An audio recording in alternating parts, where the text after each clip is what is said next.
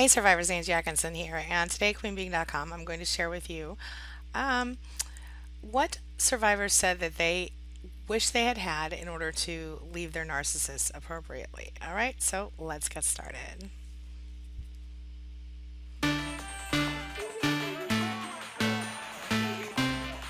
So let's start here.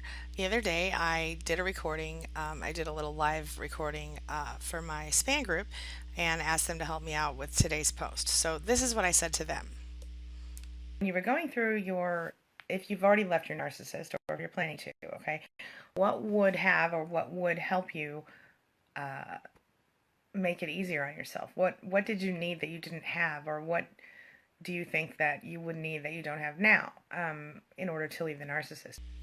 So after a long discussion, I've got it narrowed down to 19 different things that we wish we'd had, or that we needed, or that we need now in order to leave our narcissists, all right?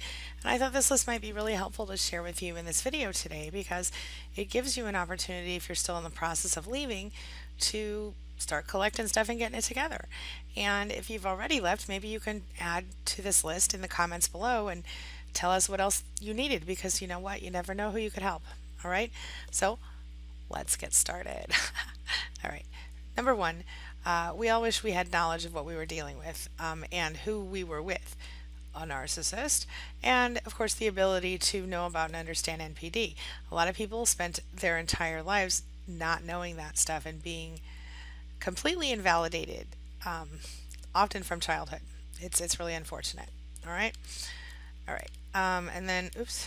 Okay. Then, number two, an attorney who knows how to handle a narcissist and who understands narcissistic abuse. Okay. Because a lot of times, or psychological abuse or anything like that, because a lot of times you get an attorney and they think you're the crazy one, just like a lot of the therapists will, because they aren't educated about this type of abuse. All right. So that's the number two thing that the people wanted. Number three, people wanted a support network, as in people they could connect with that would understand what they're going through. So one thing I've provided there, of course, in addition to providing number one, which was the whole knowledge part, I provide as much information as I can about NPD every day and narcissistic abuse recovery. And number two, the attorney thing, I'm working on a list of people for you on that. I've actually got, I know one of my clients found one in California. So anyway, but we're going to have a list of attorneys available for you soon. Number three, a support network. I've already got that going for you. That's called SPAN, Support for People Affected by Narcissistic Abuse. And you can join that group at queenbeing.com/SPAN. It's free and it's confidential. Something to think about. All right. Next up, your own transportation. Now, I can't help you with this one, but it is something that you need to think about if you're looking at getting out from underneath a narcissist. So you need a car, you need a bus pass, whatever you need somebody to drive you. Work on that. That's important. You need to be able to get around, okay? Without your narcissist is the thing. All right, next up. Somebody said they needed an emergency hotel key or a safe place they could go and stay if they needed. So you can arrange this in advance. Either, have a few bucks for a hotel, or, and know where you're going if you're going, or talk to a friend or a family member and get a key that if you need to get in there, you can, right? Something to think about.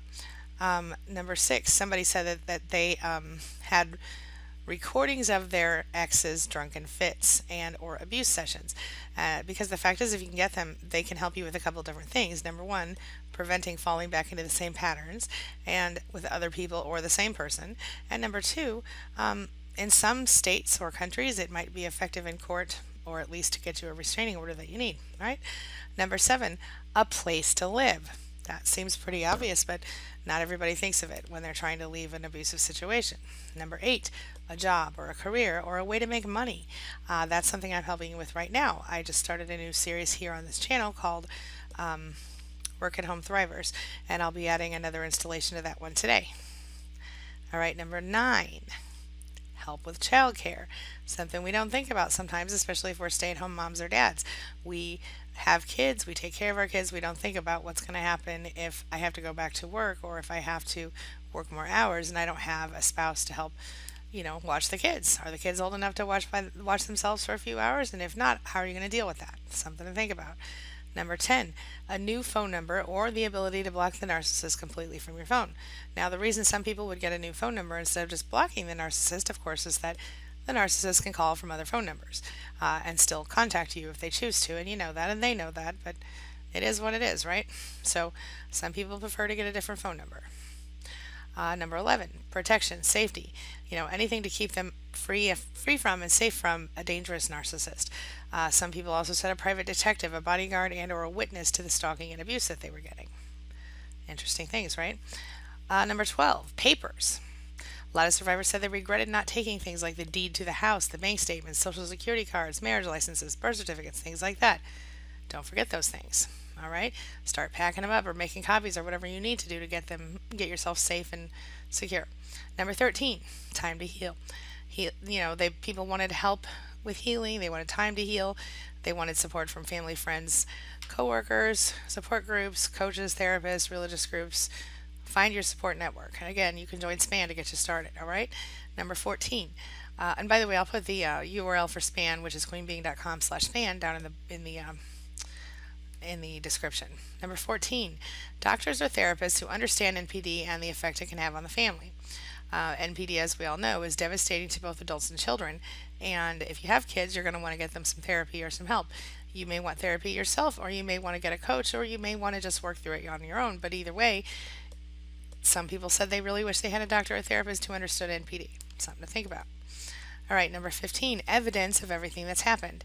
Now, I've got some specific advice here from one of my SPAN members who's been there and done that, and I thought I would share that with you. First, she says set up a recorder app on your phone, video recordings in your house, get screenshots of bad text messages and stuff like we just talked about text messages yesterday. Keep these things in a safe place. She said multiple places. She said document everything and keep it organized. She said get a restraining order. She said get somewhere safe, preferably with video surveillance, and go no contact. She said if you work or are able to put money in a separate bank account, do it a little by little to help you save up enough to leave. She said possibly transfer that money into someone else's bank account that you trust with your life. Another option here, just from me to you, is to set yourself up something like PayPal or an online bank account. I know PayPal is trustworthy. That's why I'm just going to say PayPal is recommended from me. But other than that, it's up to you. I'm not going to recommend any particular service, but PayPal is what works for me.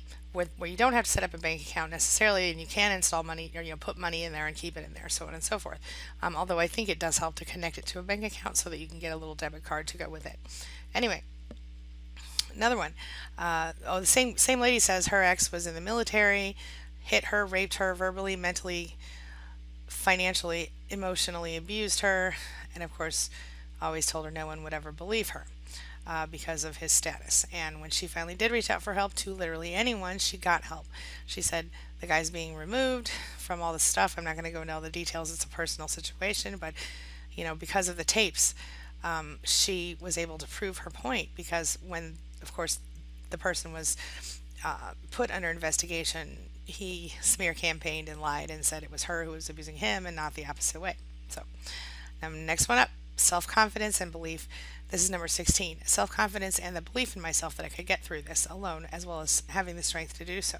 So a lot of people needed to really bolster their self-confidence in order to stand up strong and do what they needed to do. So I try to help you guys with that as often as I can as well. And if you have specific questions on that, please let me know and I'll talk about them again. All right. Number 17, a suitcase with all the basics. So if you kind of are on the edge and you're not sure you're going to leave, maybe you should get something packed and throw it in your trunk just in case you have to go at a minute's notice. That way you have yourself and your kids, if necessary, ready to go. Like if you need to pack an extra diaper bag or whatever, do it. Throw it in the trunk. If your husband or spouse or wife or whatever asks what the deal is, well, then you just say, hey, you never know when you're going to get stuck on the side of the road somewhere and you need a new diaper bag, whatever. But, just be careful. If you can't keep it at your house, keep it somewhere else. All right. Number 18, religious support or a spiritual advocate. In some cases, people felt like they were shunned by their church for leaving, or they felt like they were smear campaigned in their church by someone, so they would like some kind of support from their church or their synagogue. Some people wanted a spiritual advocate, a person that would help them get through it on a spiritual level, a coach, things like that. All right. Number 19, a solid plan, excuse me for shaking my table here, a solid plan that includes a place to go, money, and support. That's what we're talking about today, right? So that's what you need in order to leave a narcissist, according to people who have done so. All right, something to think about. Now, I'll be back later today with another video, but if you have other questions, concerns, comments, things you want to talk about, leave them in the comments below. If you enjoyed this video and you'd like to see more on narcissistic abuse recovery and the related topics, give me a like.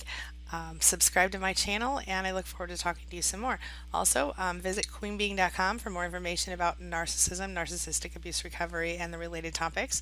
All of that stuff is free. You can have their articles, downloads, videos, etc. You can go to narcissismsupportcoach.com and download my free 5-day email course. You can visit booksangieWrote.com to check out my books. And you can visit Narcissistic Abuse Recovery online if you'd like to talk with me in person one-on-one and discuss your situation or get some coaching or whatever you'd like. My appointment system is there at Narcissistic Abuse Recovery online. And again, all of these links are below in the description. All right. Thanks for listening today. Thanks for being a part of my life. And hey, thanks for letting me be a part of yours. It really means a lot to me, you guys. All right. I'll see you soon. Hugs and love.